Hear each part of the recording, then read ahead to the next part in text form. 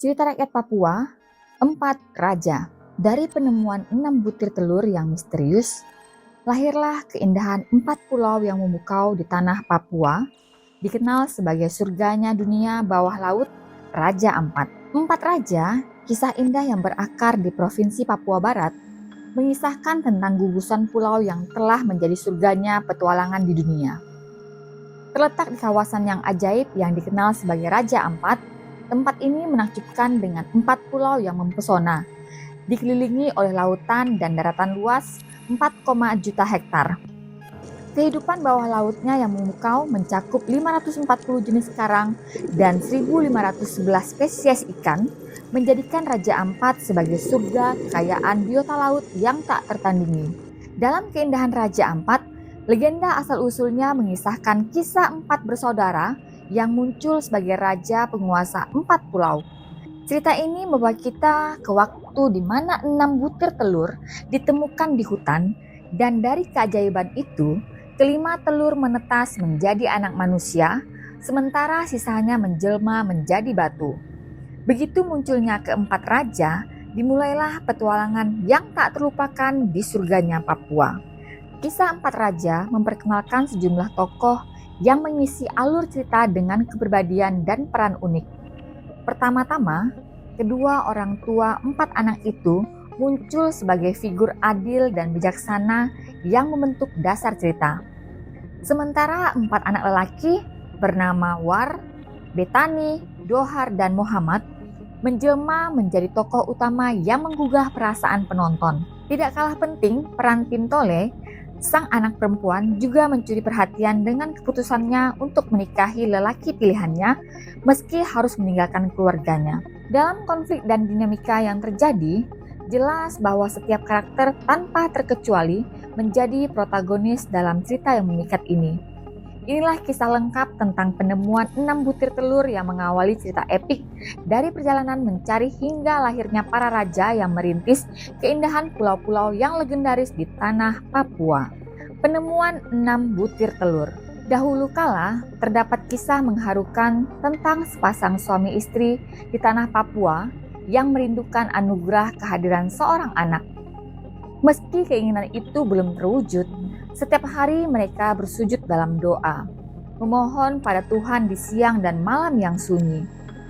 Pada suatu hari yang penuh dengan pengharapan, langkah-langkah mereka membawa ke hutan, mencari kayu yang akan menjadi sumber kehangatan bagi kehidupan sehari-hari. Di antara rimbunnya pepohonan, terukir kisah keluarga yang tak pernah berhenti berharap dan berdoa. Dengan hati penuh harap, keduanya bergegas mencari kayu di hutan, mengejar waktu sebelum musim hujan tiba. Namun sayangnya, meski langkah mereka penuh tekad, persediaan kayu yang berhasil mereka kumpulkan pada hari itu masih jauh dari cukup untuk menantang kerasnya musim hujan yang akan segera melanda. Di ambang kelelahan, pasangan suami istri itu memutuskan untuk beristirahat sejenak di tepi sungai Waikeo. Saat mata mereka terasa berat, pandangan sang suami tertarik pada sebuah lubang besar di sisi lain sungai. Dengan langkah hati-hati, ia mendekati lubang misterius itu dan keheranannya meluap begitu menemukan 6 butir telur besar yang tersembunyi di dalamnya. Sang suami tercengang oleh penemuan yang tak terduga, segera memanggil istrinya yang sama terkejutnya. Dengan sepakat penuh antusias, mereka memutuskan untuk membawa pulang 6 butir telur yang besar tersebut. Dipenuhi rasa ingin tahu, mereka merenung. Mungkin telur-telur ini bisa menjadi persediaan makanan yang lezat di hari-hari mendatang. Begitu tiba di rumah, dengan hati-hati mereka menyimpan telur-telur tersebut, merencanakan petualangan kuliner yang baru dan tak terduga. 5 orang anak manusia lahir dari 6 butir telur. Pada pagi berikutnya, suami istri itu dikejutkan oleh misteri lain yang menyelimuti mereka. Saat hendak menyiapkan hidangan, telur-telur yang tadi mereka temukan malah menunjukkan keajaiban. Namun keajaiban itu tak berupa burung atau binatang, melainkan menjadi anak manusia. Dari 6 butir telur, 4 diantaranya menetas menjadi anak laki-laki, 1 gadis mungil, dan yang terakhir bertransformasi menjadi batu yang megah. 5 sosok mungil itu muncul dalam balutan kain putih yang bercahaya, menghadirkan keajaiban yang tak terduga di pagi yang ajaib itu. Itulah isyarat bahwa mereka adalah anugerah dari surga. Dengan hati penuh sukacita, suami istri ini menyambut kedatangan anak-anak mereka sebagai jawaban doa yang telah lama mereka nanti. Penuh syukur, mereka bersumpah pada Tuhan untuk merawat dan membesarkan buah hati mereka dengan penuh kasih. Keempat anak laki-laki diberi nama War, Betani, Dohar, dan Muhammad, sementara si mungil perempuan diabadikan dengan nama Pintole. Saat berlalu, kelima anak itu tumbuh menjadi remaja yang rajin dan penuh dedikasi. War, Betani, Dohar, Muhammad, dan Pintole dikenal sebagai individu yang tidak hanya bekerja keras tetapi juga berbakti pada kedua orang tua mereka. Semakin matang, kegigihan mereka dalam membantu orang tua menjadikan lahan pertanian mereka subur dan berkembang, meluas hingga mencapai 4 pulau besar di sekitar Teluk Kabui. Keberhasilan mereka tidak hanya memikat hati kedua orang tua, tetapi juga mencuri perhatian dan kekaguman seluruh masyarakat desa dan sekitarnya. Perginya sang saudara perempuan. Setiap tugas yang diberikan oleh orang tua selalu diemban dengan penuh tanggung jawab oleh kelima anak mereka. Kepatuhan yang tiada tanding pada orang tua, serta kontribusi yang berarti bagi lingkungan sekitar, menjadikan War, Betani, Dohar, Muhammad, dan Pintole sebagai sumber kebanggaan yang meluap-luap bagi ayah dan ibu mereka. Cinta yang tulus dan mendalam pada kelima anaknya mendorong sang ayah untuk merencanakan suatu warisan berharga sebelum takdir menjemputnya. Dengan hati penuh kasih, sang ayah pun mulai menyusun sebuah rencana besar yang akan membentuk masa depan cemerlang bagi kelima bunga hatinya. Di puncak kebahagiaan keluarga mereka, datanglah cobaan yang mengguncang satu kesatuan hati. Pintole dengan hati yang penuh cinta terpikat oleh seorang pemuda yang tak sepenuhnya disetujui oleh keluarganya. Meski cinta mereka dihadang ketidaksetujuan, Pintole tetap kuat mempertahankan pilihannya. Dalam keputusan yang sulit, Pintole harus merelakan hadiah indah yang sudah disiapkan oleh sang ayah. Dengan langkah berat, Pintole pun meninggalkan saudara-saudaranya dan kedua orang tuanya.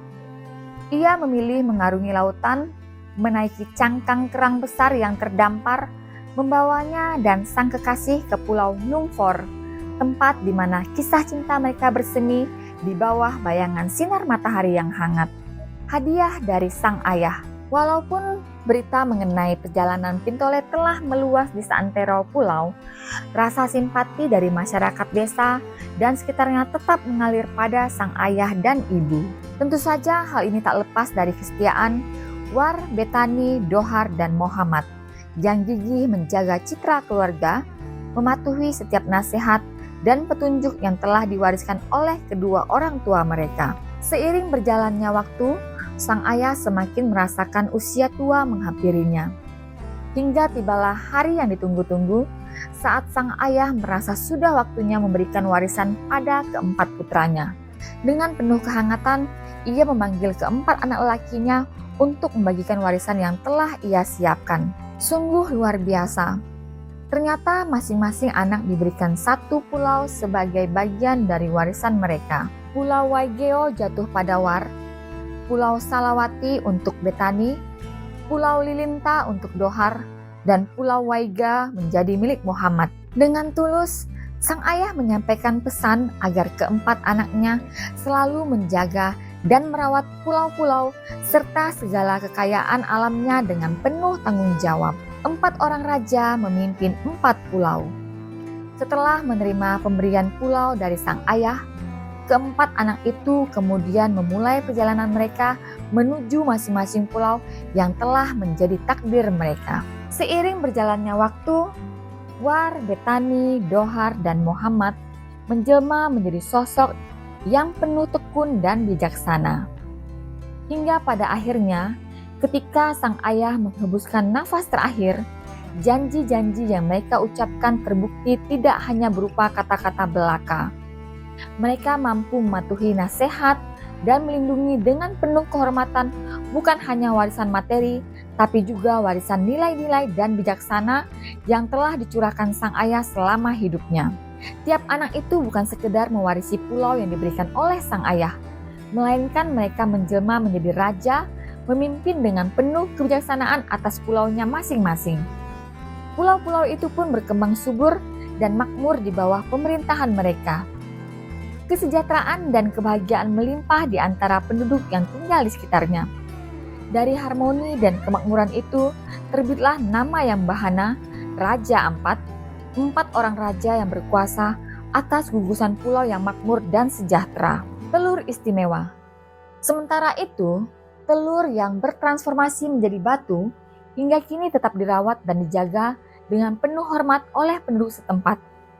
Batu tersebut dianggap sebagai sosok raja dalam budaya mereka, diberikan ruangan suci sebagai tempat bersemayam. Dilengkapi dengan 2 batu tegak atau menhir yang dianggap sebagai dewa penjaga dengan nama Manmoro dan Manmetem yang berdiri kokoh di sisi kanan dan kiri pintu masuk, menciptakan aura keagungan dan spiritual yang mengiringi batu bersejarah itu. Batu yang terpanjang megah di situs Kali Raja itu bernama Batu Telur Raja, sebuah peninggalan bersejarah yang masih dijaga hingga kini. Kesuciannya dipelihara dengan cermat dan batu Kapatnai ini hanya diperlihatkan sekali setahun saat upacara pergantian kelambu dan pemandian yang hanya diperbolehkan dilakukan oleh keturunan raja. Keanggunan dan keagungan batu ini hanya dapat dirasakan pada momen spesial, menambahkan kesakralan dan misteri di sekitar situs Kali Raja. Pesan moral cerita 4 Raja. Dari kisah 4 Raja, kita dapat mengambil pelajaran berharga tentang arti berbakti, tekun, menghormati orang tua. Lebih dari itu, kita pun diajak merenung akan pentingnya menjaga kepercayaan orang lain seperti yang tampak dari kesetiaan yang diperlihatkan oleh keempat anak dalam kisah ini. Buah dari ketaatan dan kesabaran tidaklah tumbuh begitu saja. Namun dengan tekun melaksanakannya, manfaat tak dirasakan oleh diri sendiri, melainkan juga oleh orang lain, lingkungan sekitar, bahkan masyarakat pada umumnya. Nah, itulah cerita Raja Ampat. Masih banyak lagi cerita dan legenda yang kami sajikan. Jangan lupa like, komen, share, dan subscribe channel ini. Sampai jumpa di legenda berikutnya. Salam legenda.